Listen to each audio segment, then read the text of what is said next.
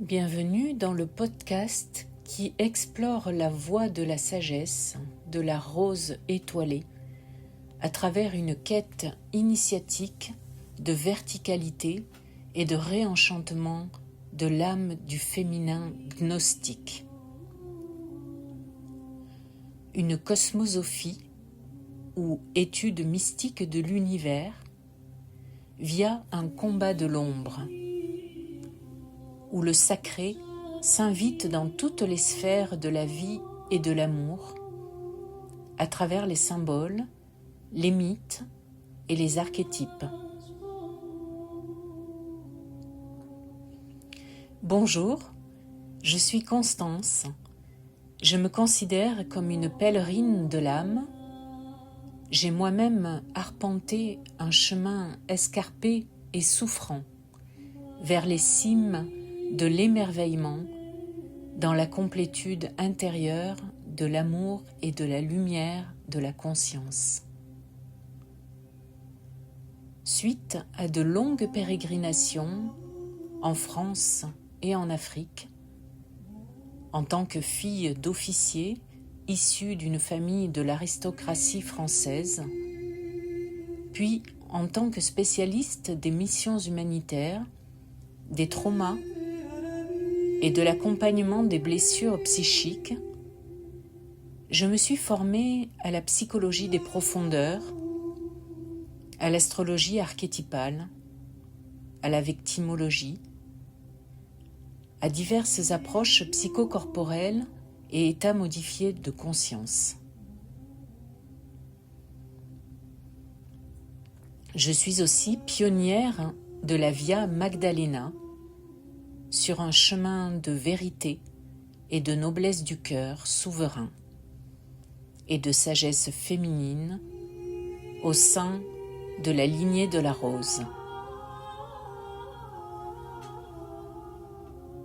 Ce podcast est une contribution à une réflexion et une posture globale à partir de la voix du cœur.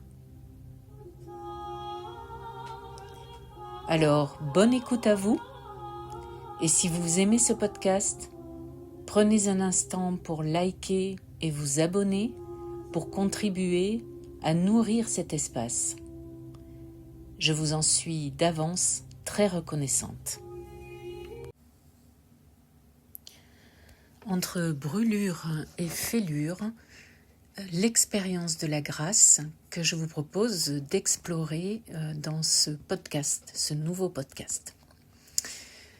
Avril était l'expérience de l'insoumission au service de l'âme sauvage et de son réenchantement. Nous l'avons vu dans le précédent podcast avec la dynamique énergétique de l'équinoxe puis de Pâques, le renflouage des carences du cœur, le sentiment de vanité et d'indignité d'être aimé, accompagné d'une injonction intérieure de lâcher prise et d'abandon à la grâce divine dans l'amour plus inclusif. Tout cela était très prégnant. La notion de pertes affectives douloureuses ou de réactivation d'une mémoire intense d'effacement, d'abandon ou d'arrachement, parfois jusqu'au sentiment de mourir de chagrin, exacerbé par une sensibilité accrue à l'égrégore ambiante des guerres qui nous impactent plus ou moins intensément. Cette notion de pertes affectives douloureuses peut ainsi relancer de manière archétypique une phase prénatale et transgénérationnelle de dilution dans un doux sentiment océanique de plénitude, s'achevant dans la rupture traumatique. La dimension de l'océan d'amour perdu,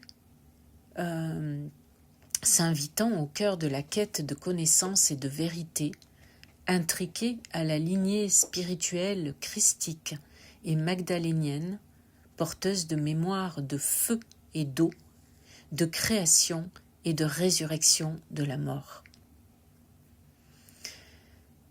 L'indicible douleur de l'anéantissement et de son silence de sidération consubstantielle a enfin fait place à la joie et à la jouissance de goûter la saveur éternelle et intemporelle de se creuser du vide habité à nouveau par la présence ouverte, pleine, immobile, paisible et sans mots, réceptacle du souffle, coupe ouverte du baume guérisseur.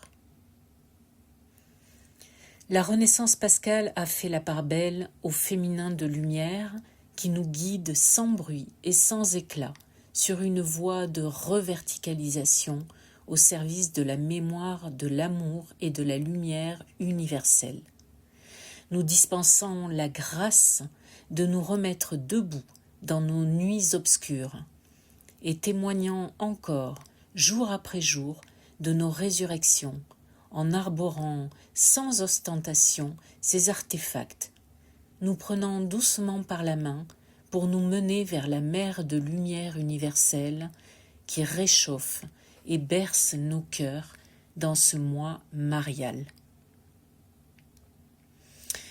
Mais avant, le véritable point de bascule entre énergie pré-pascale et énergie post-pascale.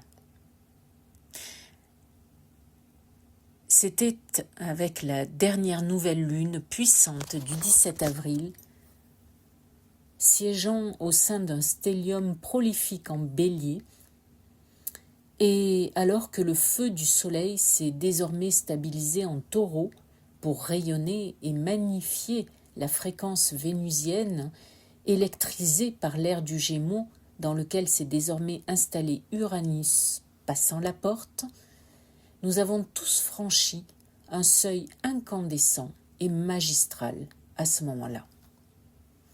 Ce point brûlant et archétypal, cette urgence à vivre et à déployer la mission de notre âme, nous a permis de parachever cette renaissance à nous-mêmes et de réinitialiser un cycle gestant depuis longtemps, en nous propulsant dans un nouveau tour de roue superactivé de notre flamme créatrice. Mais compte tenu de l'intensité de cet élan impérieux qui s'imposait comme une résurrection, nous avions aussi, et nous avons toujours, le devoir d'accompagner dans le temps cette force jaillissante pour atteindre une nouvelle aube. Cette promesse est un réensauvagement salutaire en plusieurs étapes d'un processus initiatique de réveil et de retour à une nature originelle brute et authentique, pérenne. Il s'agit de reprendre son pouvoir par le fil de l'épée, afin de réaliser le chemin ascendant du héros, celui qui consiste à se remémorer de son essence intemporelle, l'alpha de son être, de défricher la jungle de son psychisme en collusion et encombré avec tout ce qui ne lui appartient pas, de couper, de rassembler les parts fragmentées et projetées, et de prendre le risque d'incarner la forme authentique de son âme en acceptant de se confronter aux aspérités du réel, aux principes tranchants de séparation-différenciation, et de se connecter à un soi supérieur. Un véritable remembrement interne. Le but suprême étant in fine d'incarner une mémoire et un code source réunificateur du grand tout, après avoir traversé et s'être noyé dans l'océan de l'indifférenciation, et en témoigner dans le monde. Et Saturne, Mercure et Mars, alors à ce moment-là en conjonction dans le même signe, avec Neptune et Chiron également en Bélier, nous inclinaient donc à trancher avec circonspection pour que s'ouvre la voie du cœur vers la différenciation, vers l'autre, plutôt que d'en couper définitivement l'accès par une énergie déviante et involutive du feu conduisant à la violence et à la fermeture radicale. L'individuation s'opère dans cette odyssée de l'âme qui se métamorphose, se différencie et se raffine, passant du moi primaire à l'altérité, de l'individualisme à la conscience de groupe. Un chemin de pacification et de réconciliation débouchant sur une jouissance nouvelle du sentiment d'humanité à travers lequel souffle l'esprit divin et l'amour de soi. L'énergie jaillissante et conquérante du Bélier a minutieusement et magistralement préparé le terrain de la souveraineté hiératique.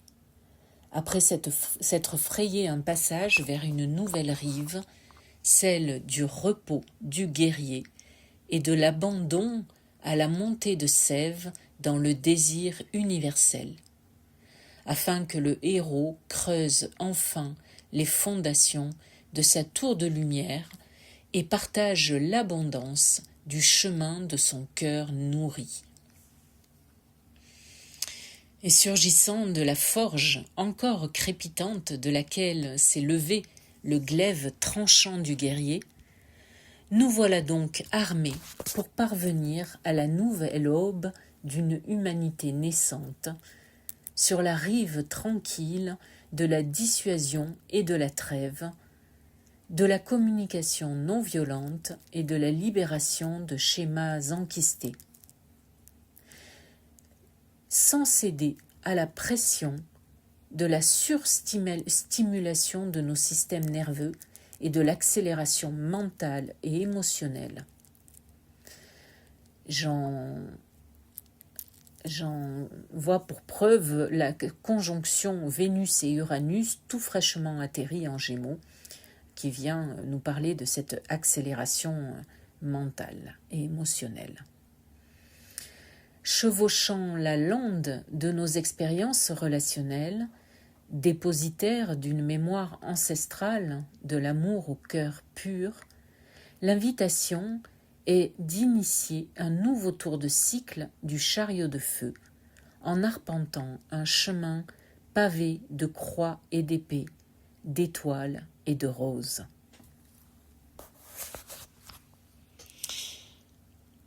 Nous voilà en mai.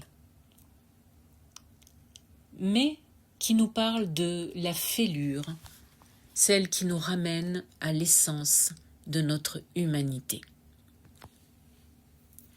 Michel Audiard disait « Heureux soient les fêlés, car ils laisseront passer la lumière ». Une autre manière de dire ce que Rumi avait déjà exprimé. La blessure est le lieu par lequel la lumière pénètre. Après une tension d'opposition à Mercure-Chiron de la Lune en Balance précédant la pleine lune Scorpion du 1er mai, créant un inconfort susceptible de déraper vers une parole conflictuelle chargée d'émotions et de troubles, la Lune a donc intégré la profondeur et l'appel à la fusion du Scorpion, bénéficiant d'un éclairage différent en même temps qu'une opportunité de guérison par l'acceptation de se laisser traverser par les émotions sans les laisser nous envahir. Une recherche d'intégrité, au fond. Et c'était donc une des 2 pleines lunes de mai, associée à Vésac et concomitante à Beltane, qui venait excaver et exhumer la part sombre et inconsciente résiduelle pour en révéler, au moment donc du 1er mai, le diamant à la lumière croissante du soleil. Cette pleine lune Scorpion, ouvrant le mois de mai, sous-tendait une grande vision. cette grande vision dont nous parle la deuxième pleine lune en Sagittaire qui aura lieu à la fin du mois. Elle sous-tendait une grande vision conditionnée par la transformation des ténèbres et le retour de la lumière du vivant et de ce qui prend forme, en passant par la phase incontournable de calcination et de décomposition de tout ce qui n'est pas né du désir, et tout ce qui est mis sous le tapis par refus de voir. Les attachements, pertes, jalousie, angoisse.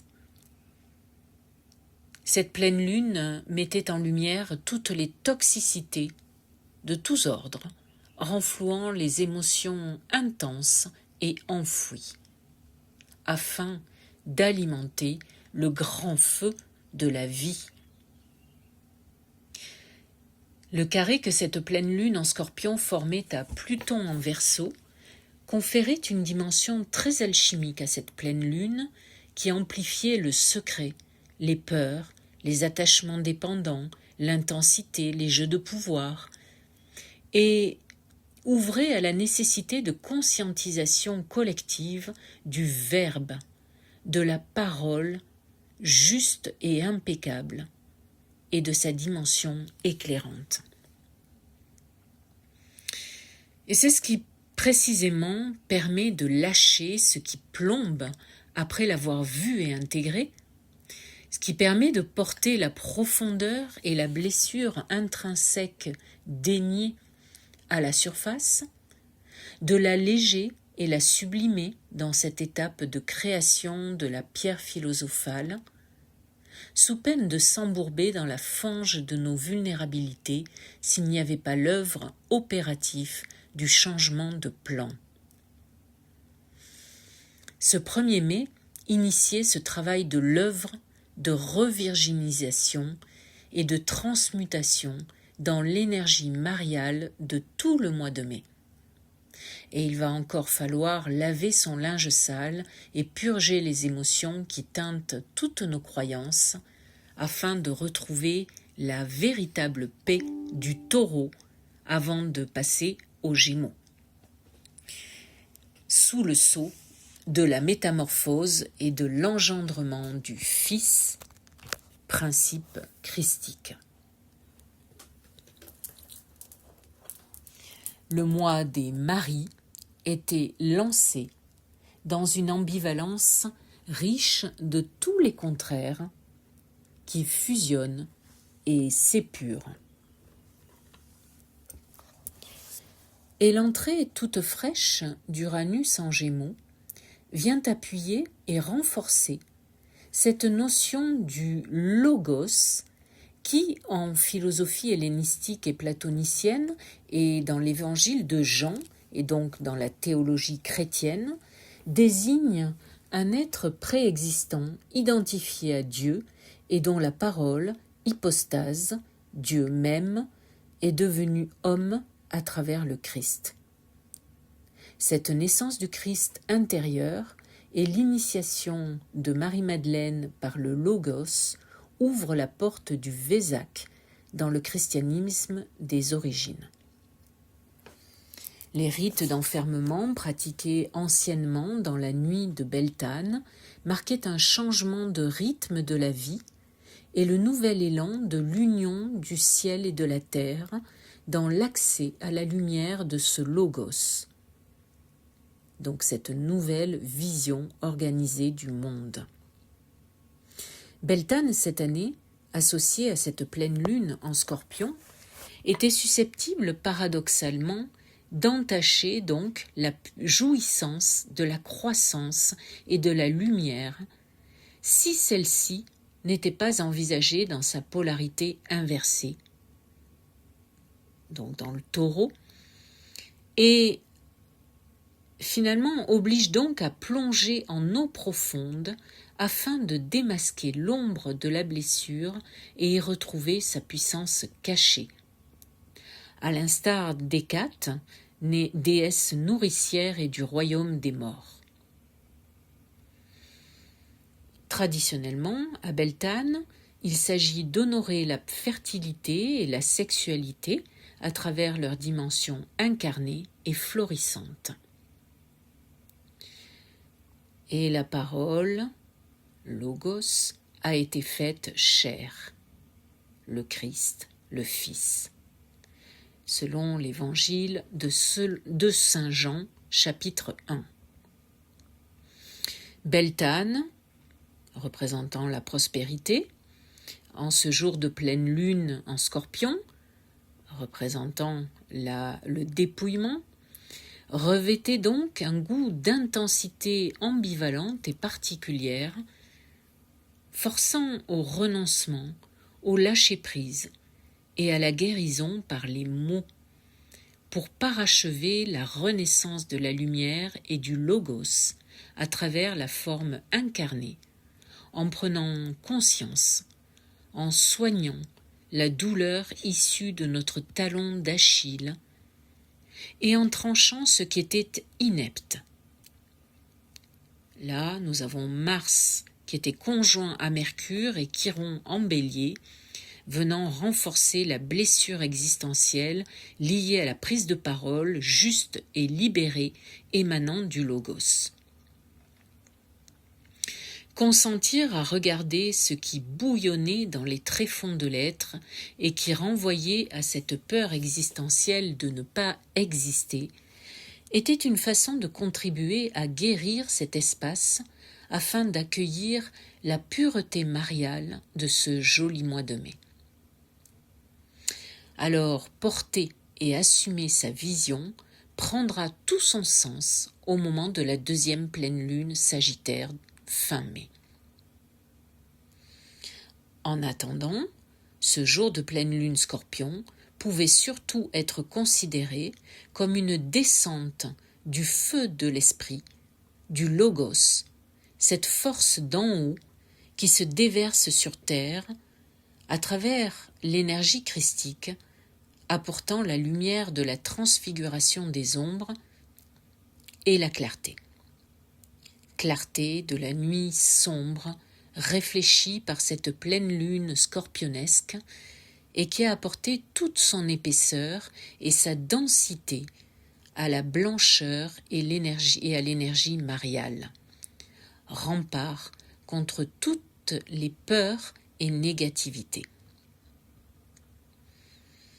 Un plan de communication activé intensément entre les deux plans, celui de la très haute vision idéologique de l'humanité et celui des alchimistes travailleurs, guérisseurs et canaux de lumière, en contribuant à leur puissante libération.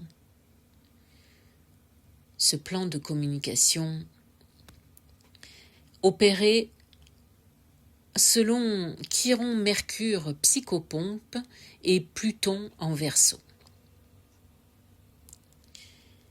Au centre de ces deux plans, la rose de mai, enchâssée et érigée dans sa tour d'ivoire, triomphante de grâce. Alors, si votre cœur est lourd en dévoilant sa faille, prenez-en soin en vous abandonnant dans les bras de Marie et de la rose. Laissez-vous bercer doucement et tendrement comme un enfant blessé s'abandonne dans les bras de sa mère, dans un lien charnel et organique, pour que l'esprit christique soit ravivé. C'est Jupiter en Cancer qui nous le dit. Que cet esprit christique soit ravivé dans la grâce, celle de recevoir dans sa coupe le don de Dieu consubstantiel à l'amour, sans contrepartie. Énergie transfiguratrice des fêlures, comme les vestiges d'un vécu lézardé par les lignes de faille, puis transformé en puissance. Alors, la faille dans le réel devient quête vivante. Le vivant et la créativité naissent de la fêlure et de ses innervations dorées, une métaphore de la résilience. Pourtant, force est de constater qu'aujourd'hui, nos sociétés contemporaines répondent de plus en plus à un besoin irrépressible, régi par une peur profonde de la mort, de gommer toute faille, supprimer toute trace de blessure, d'effacer les cicatrices, de combler les fêlures, de rayer les fissures, comme s'il s'agissait de simples disgrâces, alors qu'elles ne sont que les traces et les témoins d'une vie vécue sans artifice.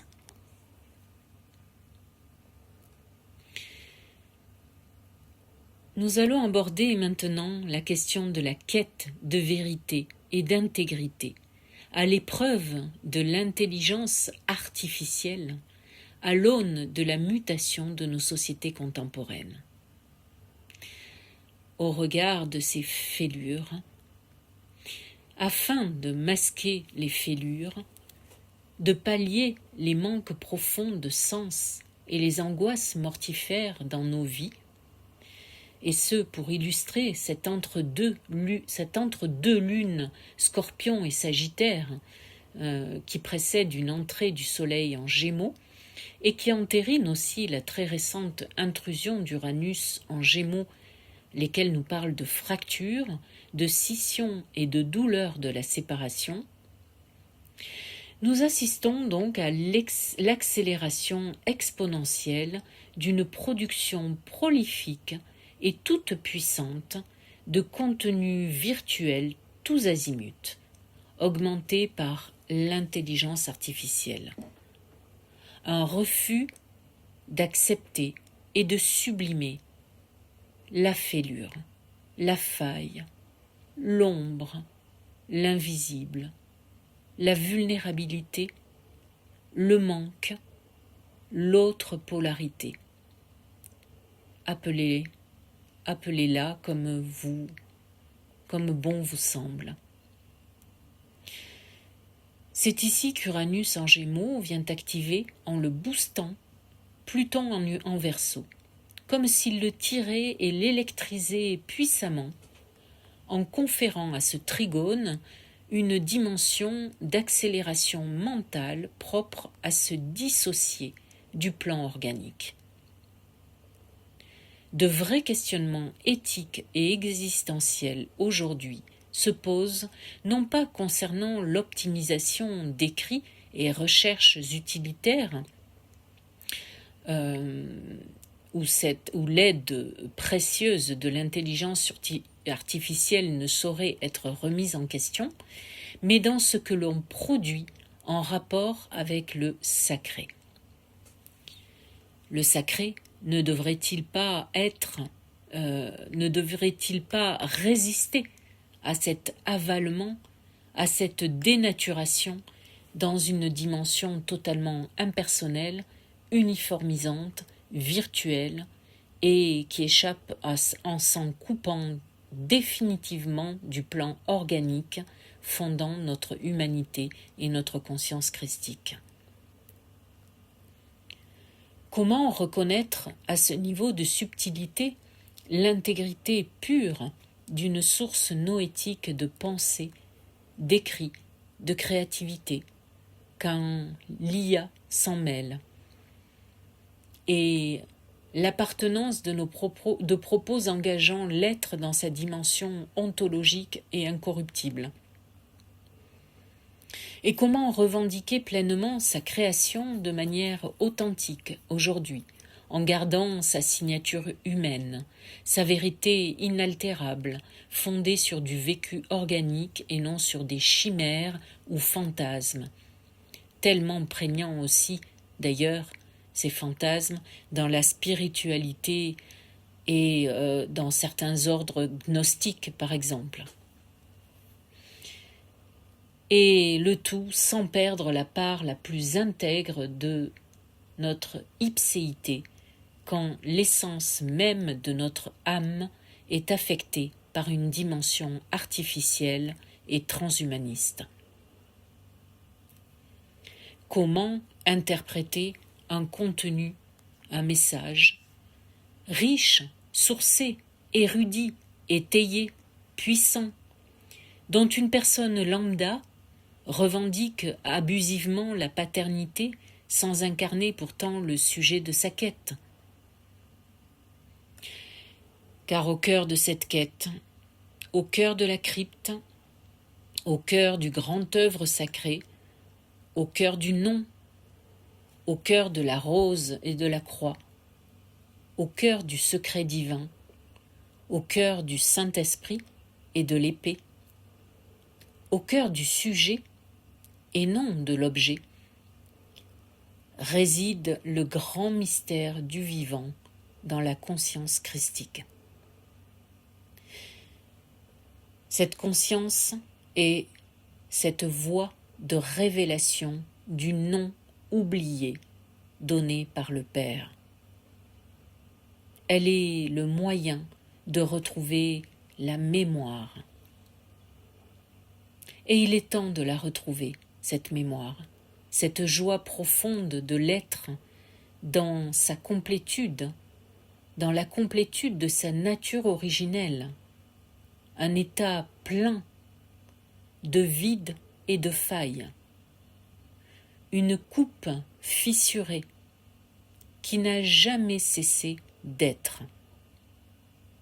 Ici et maintenant, pas dans l'ailleurs, mais dans l'entre-deux, ce territoire oublié à reconquérir pour retrouver la mémoire à travers la coupe de la transfiguration de l'être par la connaissance gnostique de lui-même, une voie de l'ombre et de la fêlure qui révèle la lumière dorée. Retrouver la mémoire, c'est défendre sa citadelle sacrée dans la guerre sainte intérieure, c'est-à-dire conjurer l'angoisse existentielle de l'ignorance, du manque de sens et d'origine, et verser le nectar d'amour brisé dans sa coupe, la boire jusqu'à la lie pour en être transfiguré. N'oublions pas Vénus en Gémeaux et Mars conjoint Chiron en Bélier, qui nous parle de cette fracture et de cette nécessité de réparer en combattant cette dimension intérieure. Retrouver la mémoire, c'est aussi incarner le Fils, le chevalier et serviteur du Graal. C'est habiter une présence et un lien reliés au sacré, afin de réparer ce qui a été fracturé.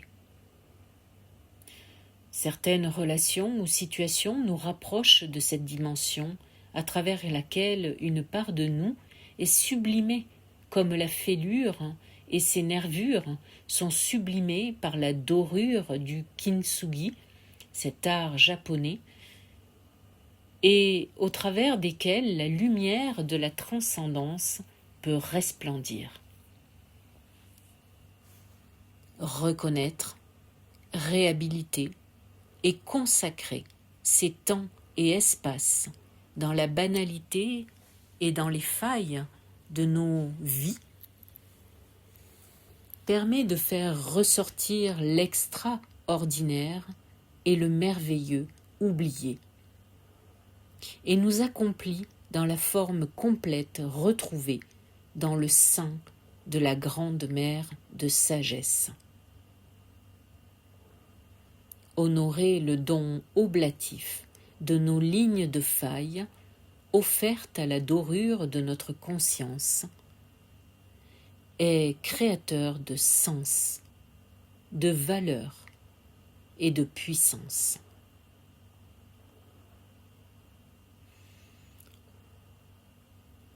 En ce mois de mai, je vous souhaite de jolis moments pleins d'amour pour venir combler les fêlures avec l'or de votre conscience et de votre esprit.